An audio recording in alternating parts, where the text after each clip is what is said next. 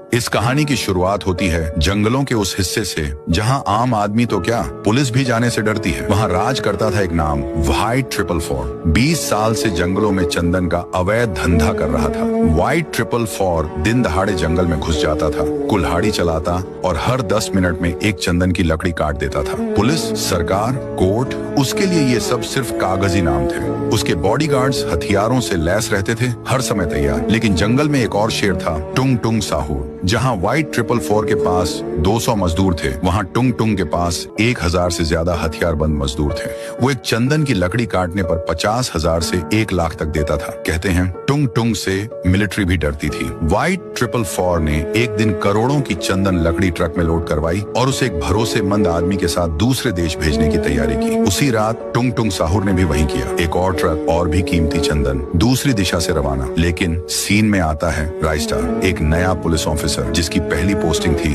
इसी जंगल के पास। मिशन स्मगलरों का सफाया। राइस्टार ने बॉर्डर की सड़क ब्लॉक कर दी। हथियार, तलवार, गोले और दिमाग सब तैयार। व्हाइट ट्रिपल फोर का आदमी जब ट्रक लेकर पहुंचा, राइस्टार को देखा और जान बचाकर भाग गया। फिर टुंग टुंग का आदमी आया, वही अंजाम। दोनों ट्रक जब्त। चंदन देखकर राइस्टार का खून खौल उठा। अब इन्हें लड़वा के खत्म करना होगा। अगले दिन राइस्टार पहले गया व्हाइट ट्रिपल फोर के अड्डे पर। टुंग टुंग कहता है कि तेरी लकड़ियां नकली हैं, रंग लगाकर बेचता है तू, तेरे मजदूर ही सारा काम करते हैं। फिर गया टुंग टुंग के पास। व्हाइट ट्रिपल फोर कहता है कि तू सिर्फ गाड़ी में घूमता है, लकड़ी काटना तो छोड़, कुल्हाड़ी भी नहीं पकड़ सकता।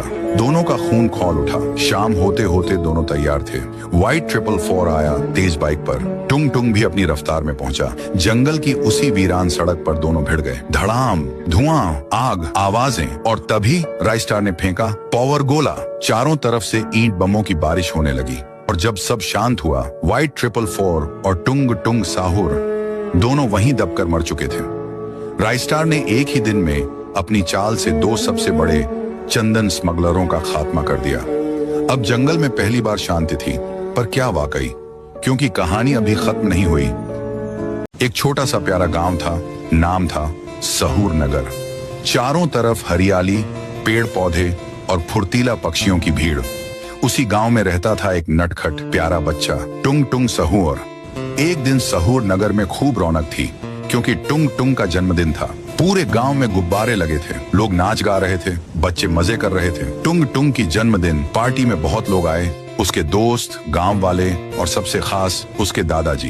टुंग टुंग ने केक के पास जाकर चाकू उठाया और बोला, मैं काट रहा हूँ। सभी ने तालियां बजाईं और जोर से बोले, हैप्पी बर्थडे टू यू टुंग टुंग। टुंग टुंग को किसी ने रोबोटिक खिलौना दिया तो किसी ने फूलों से भरा टोकरी। फिर उसके दादाजी आए और एक बड़ा सा गिफ्ट बॉक्स थमाया। उन्होंने मुस्कुराते हुए कहा, टुंग टुंग, इसे संभाल कर रखना, ये बहुत खास है। टुंग टुंग ने बहुत खुश हुआ। उसने गिफ्ट बॉक्स को अपने घर ले गया और रात को उसे अपने कमरे में रखकर सो गया। अगली सुबह जब वह उठा तो देखा वह गिफ्ट बॉक्स के चारों तरफ ढेर सारे खिलौने पड़ी हैं। वह खुशी से उछल पड़ा, लेकिन तभी एक जानी पहचानी आवाज आई, टुंग टुंग। बक्स की ओर देखा, उसका दादाजी मुस्कुरा रहा था। दादाजी बोले, बेटा, मैं बस एक दिन का मेहमान हूँ, शायद अब कभी मिलना ना हो। और इतना कहकर गायब हो गए। टुंग टुंग फूट फूट कर रो पड़ा। अगले दिन सुबह जब वो उठा तो देखा उस गिफ्ट बॉक्स के पास एक नन्ही सी चिड़िया बैठी है। वो चिड़िया टुंग टुंग की ओर देख रही थी, जैसे कुछ कहना चाहती हो। उस दिन से टुंग टुंग हर जगह उस चिड़िया के साथ घूमता, उससे बातें करता, उसके साथ खेलता। उसे लगता था दादाजी अब मेरे पास इसी रूप में हैं। ज्ञान भाई की मौत के बाद सीतावन बदल गया था। अब वह गांव पहले जैसा नहीं रहा। हर सुबह लोग चौंक जाते, खेतों में हल चलता दिखता, लेकिन वहां कोई किसान नहीं होता। घर के बाहर गीले कपड़े सूखते रहते, मगर पहनने वाला कोई नहीं दिखता। और नीर झील के किनारे ताजे गीले पैरों के निशान जो सीधे गांव की ओर जाते। बच्चे रात को नींद में चलकर झील की ओर जाने लगे थे। कुत्ते भौंकना छोड़ चुके थे, बस एक तक झील की ओर देखते रहते। गांव में एक डर सा छा गया था, जो किसी को नजर नहीं आता, लेकिन सब की रूह तक पहुंच चुका था। रायस्टार को यकीन हो गया, ज्ञान भाई की मौत कोई हादसा नहीं बल्कि चेतावनी थी। अगली रात रायस्टार अकेला अंधेरे में झील के पास गया। झील के पानी में कुछ अजीब हलचल हो रही थी। तभी उसने देखा सीता की आत्मा किसी मासूम की हत्या कर रही थी। उसकी चीखें हवा में घुल गईं और झील फिर शांत हो गई। अब हर रात कोई न कोई सीता की आत्मा के हाथों मारा जाने लगा। गांव के लोग डर से घरों में बंद रहने लगे। सीता की आत्मा अब बिना रुके सब कुछ खत्म करने पर उतारू थी। रायस्टार स्टार ने गांव के सबसे बूढ़े इंसान को सीता के बारे में पूछा।